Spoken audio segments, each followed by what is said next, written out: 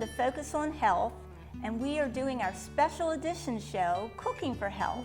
I'm Dr. Mary DiBartolo, Professor of Nursing at Salisbury University and host of the program, and I welcome back Katie Dorsch, dietitian, and you're with Atlantic General Hospital. Yes. And we're bringing back our Cooking for Health series that we had to put on hold for COVID for a little while, but we're excited to be back and look at this beautiful spread of food. Tell us what recipes you're making for us today. Thank you. Very happy to be back with you, Mary.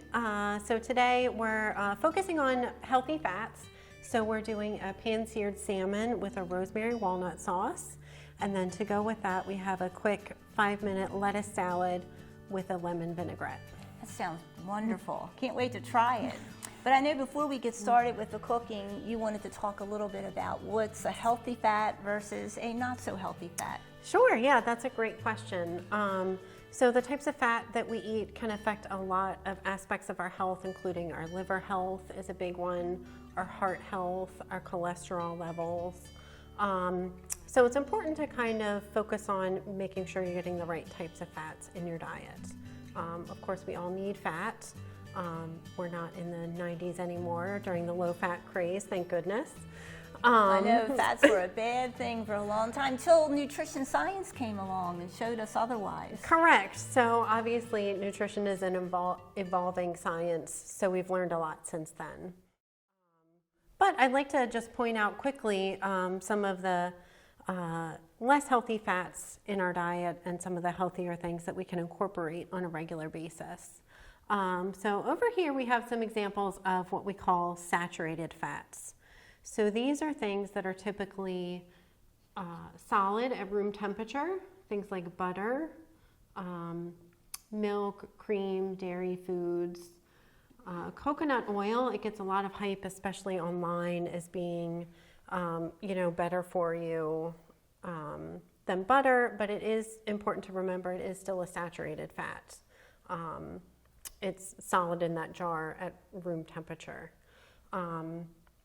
We also have over here a stick of margarine.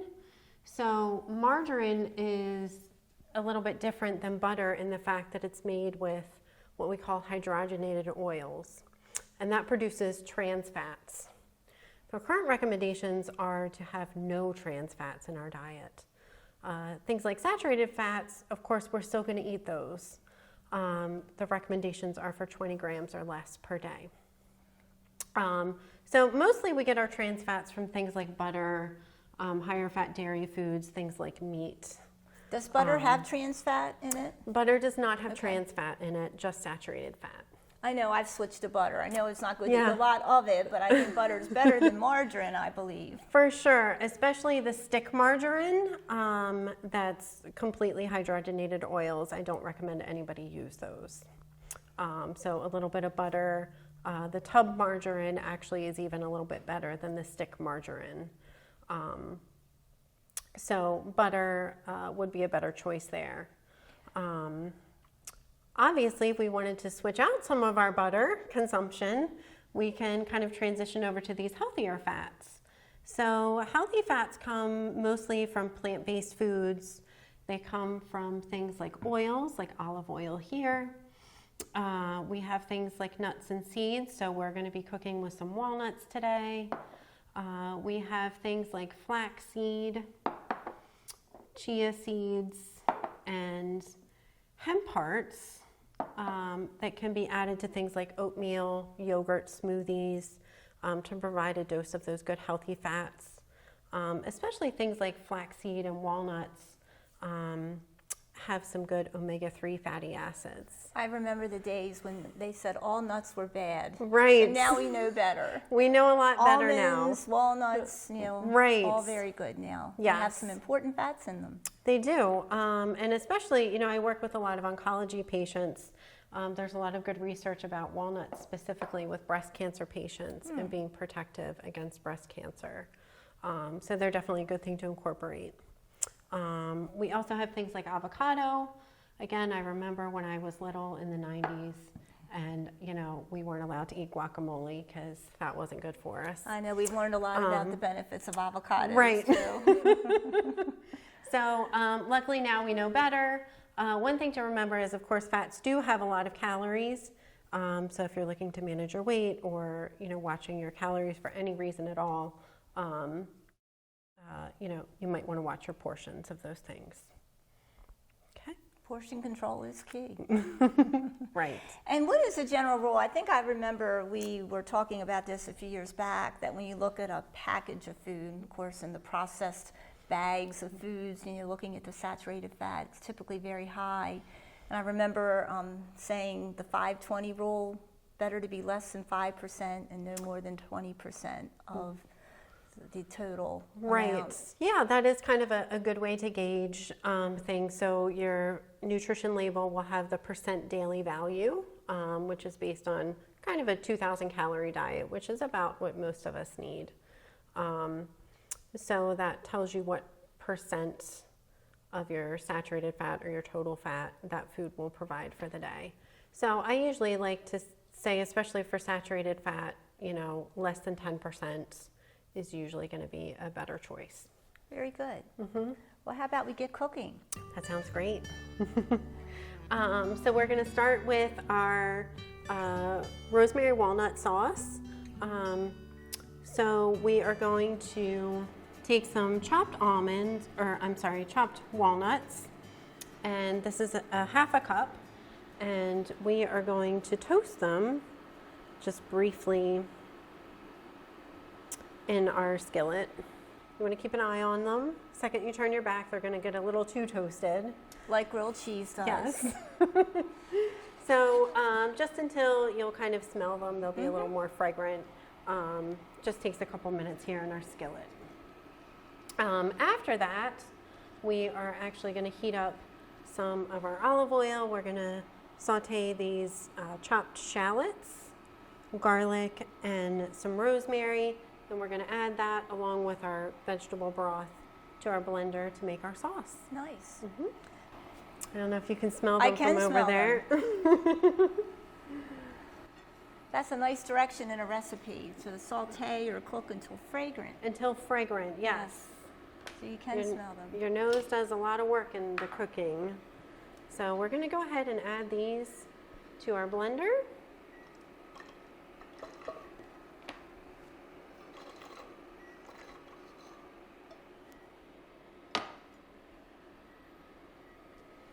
And we're going to go ahead and add a little bit of olive oil to our skillet so that we can saute the shallots and the garlic. Again, another task that uses your nose.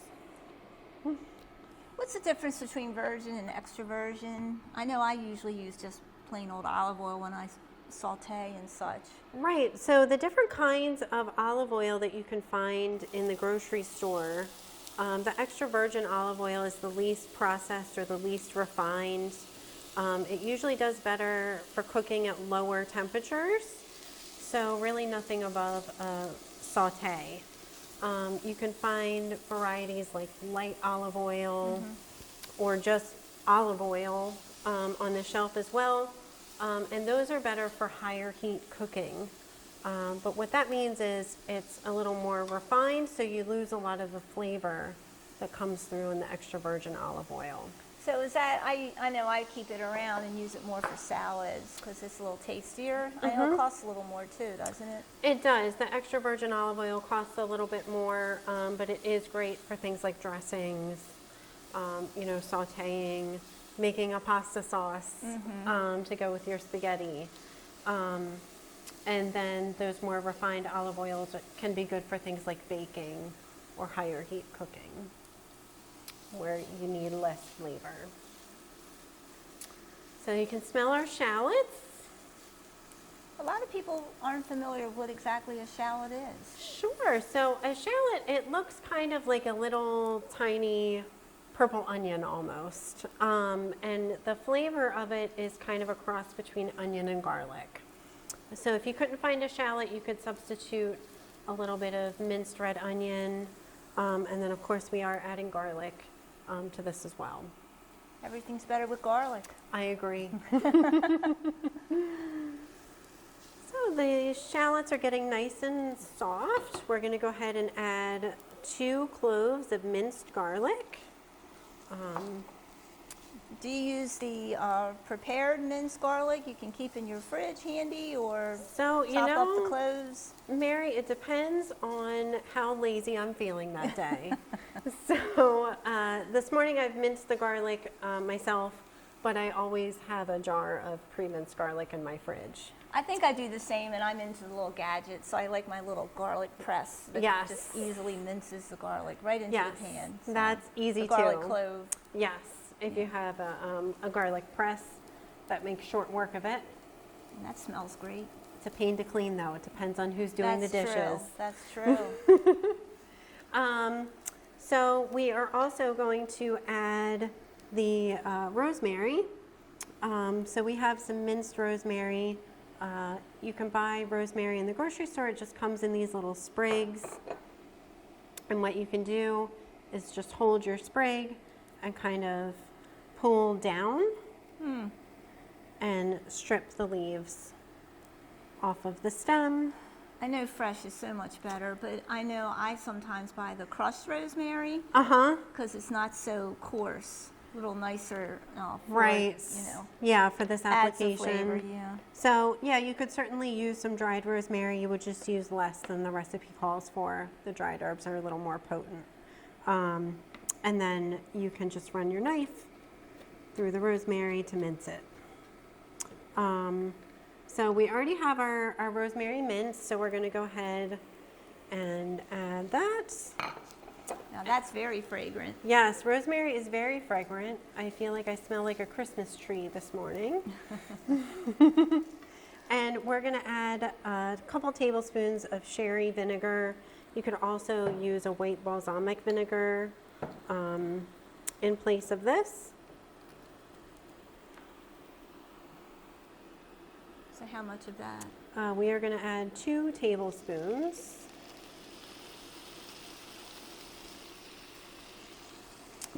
And we are also going to add a half teaspoon of salt. So we're just kind of cooking this vinegar down. We don't want this vinegar to be as strong as it currently is. Evaporating nicely. That's a nifty stovetop you have there. It Cooktop. is. So this is an induction cooktop. Works a little bit differently than an electric stove. I'm going to add So what is that you're adding? 1.5 cups of vegetable broth. And the benefit to this induction burner is that it responds really quickly to temperature changes. So it's a little bit easier to control the temperature versus an electric stove. So we're just going to kind of bring that up to a simmer and let it cook for a couple of minutes. And then while that's happening, we can work on zesting our lemon. So we need to add some lemon zest to our sauce. If you've never zested a lemon before. I have zested many lemons, and I love that gadget. Yeah, so a microplane zester works really well for this. I like to, when I'm doing lemons or limes, to actually hold the lemon steady and move the zester across it. I find there's less risk of grating my knuckles this way. I have grated many knuckles. Many knuckles. I have to be careful with some of these gadgets. That's delicious. Years ago, I remember watching my mother cook. I mean, she just used real lemon. Now, to me, fresh lemon, lemon zest, it makes all the difference. Right. So much of the flavor of the lemon is in this zest. It's where all of the oils are. So when we zest it, I mean, you can smell it just standing here. Those oils get released, and it's going to add a lot of flavor and fragrance to our sauce. I've added it to rice. Adds a nice flavor to rice. Yep, to lot of rice, things, yeah. especially, you can make Chipotle style rice with some grated lime zest and cilantro added there. So now that we have it zested, we can tap it right into our skillet. Give that a little stir.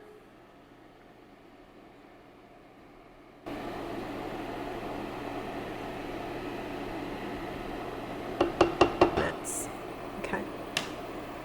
So is it ready? It's ready. This is simmered for a couple of minutes.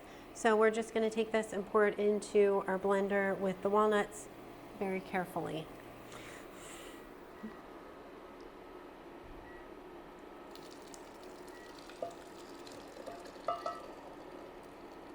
I was going to say, Make sure we some of those precious shallots and scrape all those flavorful shallots out of there.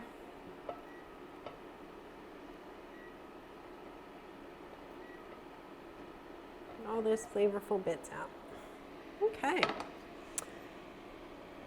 So I'm going to let that cool down for just a minute while we get our salmon started. So we're just going to return our skillet to the heat. I've got it on about a medium heat right now. We're going to add a couple more drizzles of olive oil to sear our salmon. And let that warm up. We are also going to season our salmon with a little bit of salt and pepper.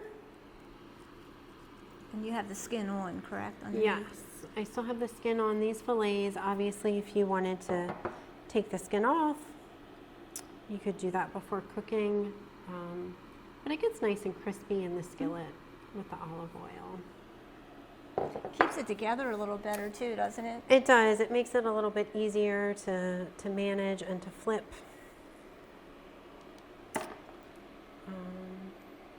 This seems like it's heating up nicely.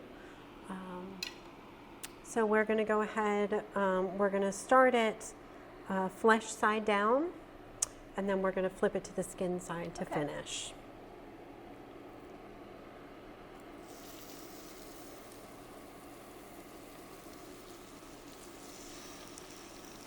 Okay. So now that we've got that going, we can go ahead and blend up our sauce.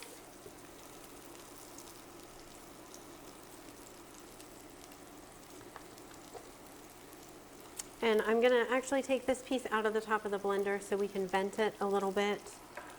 We don't want to create pressure and explode the blender. But a good trick is to take some paper towels or a dish towel, and you can put this over the top so you can still vent your blender and not splatter it That is a everywhere. good tip, because I've made that mistake before as well. Yes. So I'm going to go ahead and just start this on low and then speed it up.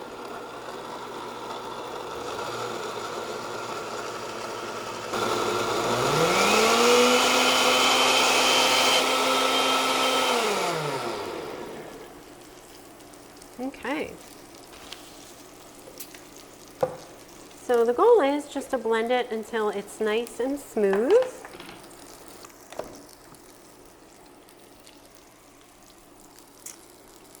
You can see It does it look very smooth. comes out nice and smooth and creamy. So we're going to set that aside until our salmon is done cooking.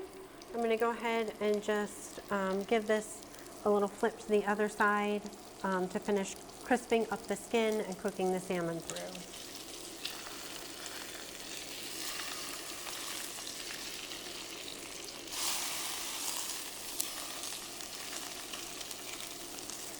You can see how nicely nice on that top, yeah. that cooked on the top.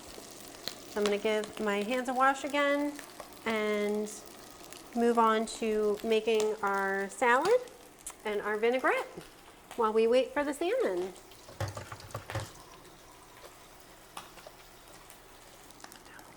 Okay. So our salad today is super simple. I think that's the best way to make things. So we just have a simple lettuce salad. This is a mixture of romaine hearts and some red leaf lettuce that I've washed and torn into pieces and mixed together here.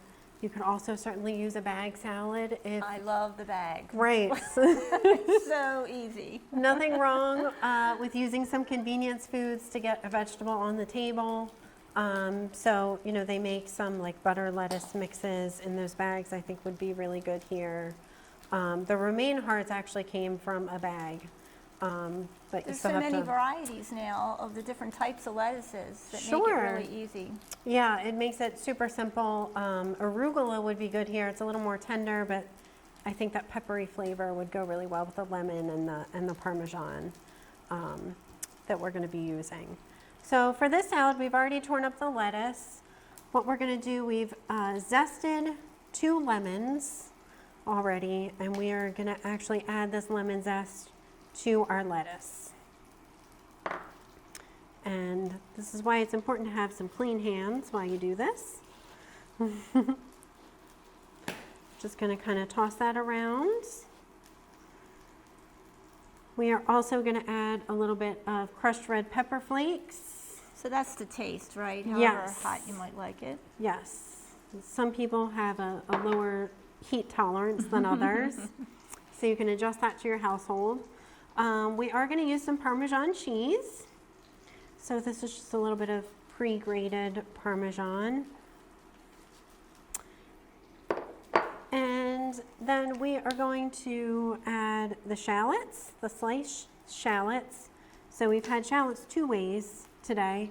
The minced shallots to go into our sauce, and these are sliced to go into our salad. I've never put shallots in a salad like that before. Yeah. Nice idea. So it adds kind of a little bit different flavor. Not too strong of an onion flavor, like an in-between. Right. Yeah. Nice.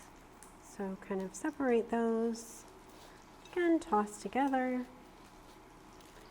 everything. So right here, we juiced those 2 lemons that we zested. So this is about a 1/4 cup of lemon juice.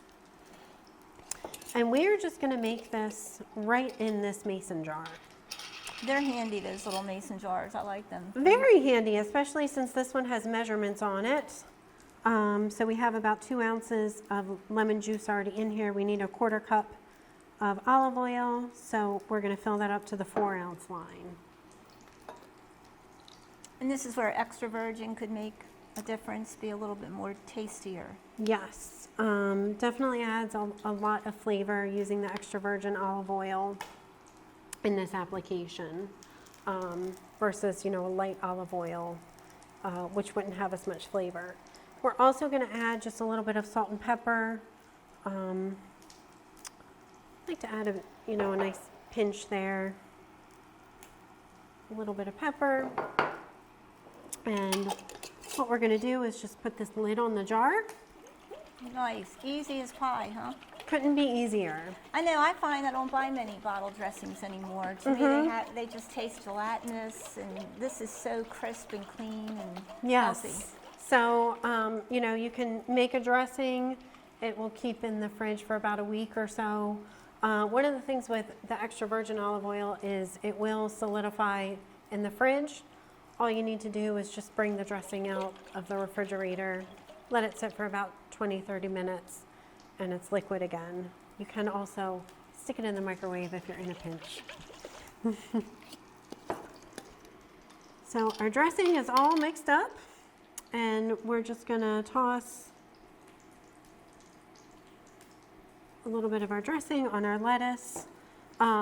If you were going to save some of this for later, if you weren't going to eat the whole salad, I would dress your salad separately, but today we're going to kind of toss everything together. Could you add some nuts or seeds to give that a little bit of a crunch? You certainly could, if you wanted to add, especially I think things like sunflower seeds and pumpkin seeds are really great in salads instead of a crouton. So you just want to make sure that your lettuce is well coated without being too heavy. Looks great. I can't wait to try it. And that's it. All right. That's easy. That's our 5-minute salad.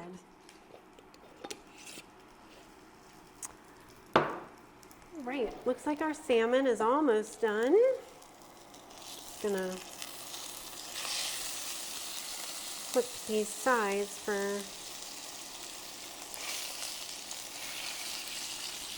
a minute or two. Smells very good. It does. It looks delicious.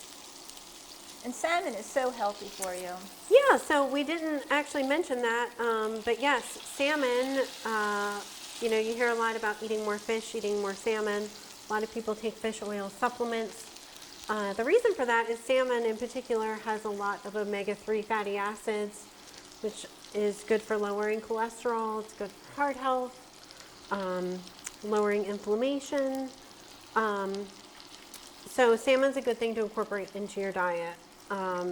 If you don't like salmon, if you can't eat salmon, then something like a fish oil supplement might be beneficial for you. Just check with your doctor. Sure. I know they say it's better to get it in the food versus a pill. It is, if you can, certainly. So this salmon is about done. I'm just going to turn the heat down a little bit before we pour our sauce in there so we don't have things splatter back at us. So the sauce has turned out nice and creamy. So this is a good alternative to, you know, something like a heavier sauce that might be made with heavy cream or, you know, some really rich ingredients. So we have a triple dose of healthy fats here from our salmon, our olive oil, and our walnuts in the sauce. Put that almost the entire amount in there. Mm-hmm.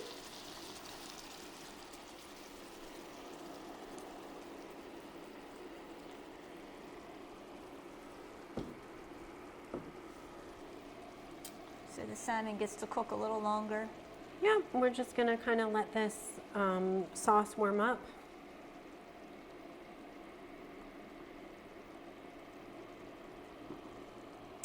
And we could add a little bit of our leftover rosemary here as a garnish. So if you have some extra leaves, we can go ahead and kind of give those a rough chop.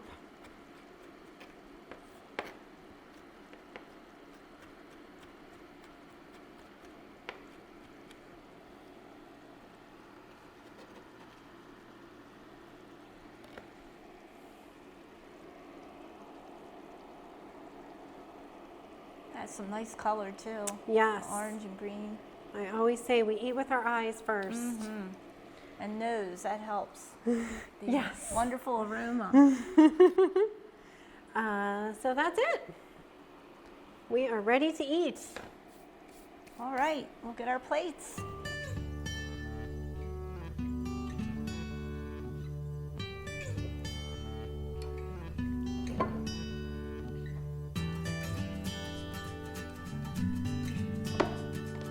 Spoon some sauce.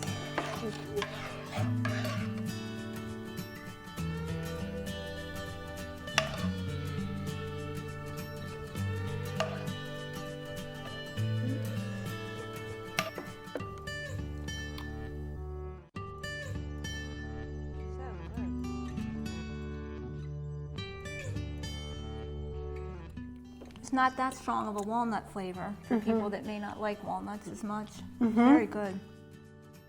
Okay, we'll try some salad. Yep, and then of course we have our salad to go with this, with our easy vinaigrette.